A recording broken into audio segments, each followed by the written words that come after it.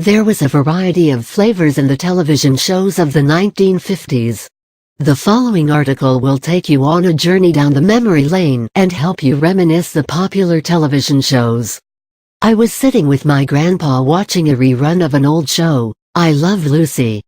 Grandpa started reminiscing about the good old days when television shows were pure entertainment and catered to a variety of audience. He said there was an essence of innocence and charm about them. Grandpa went on to say that most of the shows today are glamorous, yet lack the luster of the yesteryears. Today, they have soap operas, game shows, talent hunts and reality TV, but lack the charm of the old shows. The little trip down the memory lane by Grandpa encouraged me to know more about the various shows mentioned by him. I wanted to know what it felt like to be there in the 1950s and watch the revolutionary invention of television that has become an inseparable part of our daily lives. I am sure some of you readers may be on a journey to the past, trying to capture the sweet smell of the bygone days. Or you may be someone like me, who wants to get to know past a bit more clearly. The Colgate Comedy Hour. This NBC series is a 60-minute musical and comedy series. It had a unique format of rotating hosts that included Eddie Cantor, Abbott and Costello, Dean Martin and Jerry Lewis, Ed Wynn, Donald O'Connor, Ethel Merman, and Frank Sinatra. If the host list is so impressive, just imagine the show must be on fire. The Colgate Comedy Hour was nominated for Emmys in 1952, 1953, and 1954.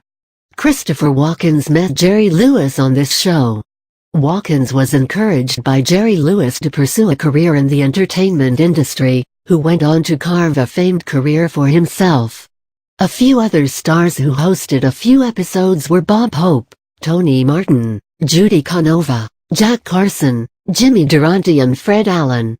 Your Show of Shows. This was a live sketch comedy with a huge cast of musical and dance performers. It also had top guest stars that made the viewers' Saturday night most enjoyable. It was a 90-minute show on NBC with live performances. In 1952 and 1953, Your Show of Shows won the Emmy for Best Variety Program consecutively. I Love Lucy. Perhaps one of the most loved comedy series ever on television was I Love Lucy. This 30-minute series on CBS was about a Cuban band leader Ricky and his American wife Lucy, the wacky redhead. Ricky was almost a star at Tropicana Club, where he performed and loved Lucy a lot. He just wished Lucy would be satisfied being a wife and mother. But, though she loved her husband very dearly, she had an enormous talent and craved to become a star like her husband. One of the episodes of I Love Lucy, now in its fourth series, Lucy, Ricky and their friends traveled to California as Ricky was offered a movie contract. This became one of the most watched episodes, as people wanted to take in all the sights of California. This show was the first to be recorded on a film rather than kinetoscope and the first to use single-quote 3-camera process, where scenes could be filmed from different angles. It is said, Desi Arnaz was the father of this idea, that became an industry standard. You Bet Your Life. This actually was 2 programs in one. In the first program, 2 contestants were interviewed by Groucho Marx with questions related to their lives. Groucho could actually find something hilarious in every answer they gave and made a joke out of it. Then, in the second part of the show, the contestants were quizzed and the right answers would win the money. The pair that won the most money could enter the bonus round. Dragnet. The detective drama series that captured every detail involving the procedures of investigation of a crime. The police detectives would analyze crimes and bring the culprit to book. This show gave the audience the actual feel of the work involved in police work, from tracing the criminal, to capturing him and filing the paperwork. Texaco Star Theater. This comedy show was one of the most successful examples of all the television shows of the 1950s. It gave Milton Berle his nickname of Mr. Television. Texaco made sure that all of its employees were featured in throughout the hour. They normally appeared smiling as guardian angels. They would be performing good deeds. The Texaco Star Theater opened with a new full season with TV ratings as high as 80.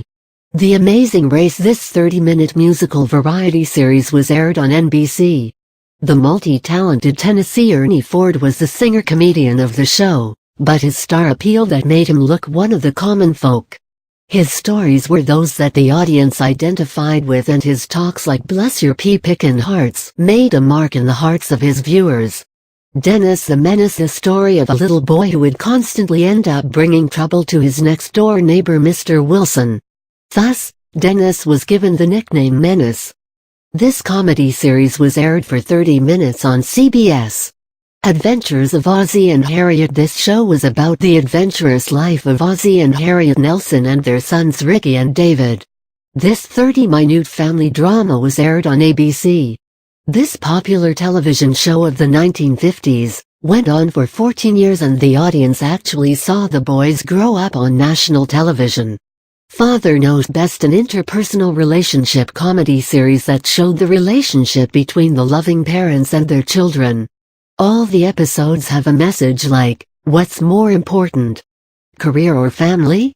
Or how to let your children choose a life partner that you don't approve? Parents and kids did make mistakes, and at the end of every episode, but love prevailed and family bonds were more secure. The Three Stooges. This is my favorite television show of the 1950s that began in the music halls of the early 1930s. It was a comedy act that specialized in slapstick comedy. The Three Stooges became a hit even with the new generation of 1950s. I can go on and on about the various popular television shows. One cannot miss to mention The Adventures of Superman, Alfred Hitchcock Presents, Colt 45, Have Gun, Will Travel, I Married Joan, The Lone Ranger, etc. The 1950s was truly a decade of television. Grandpa was right, the shows on air today are no match for the shows of the 1950s. In the end, to tell the truth, the shows of old times were truly an appointment with adventure.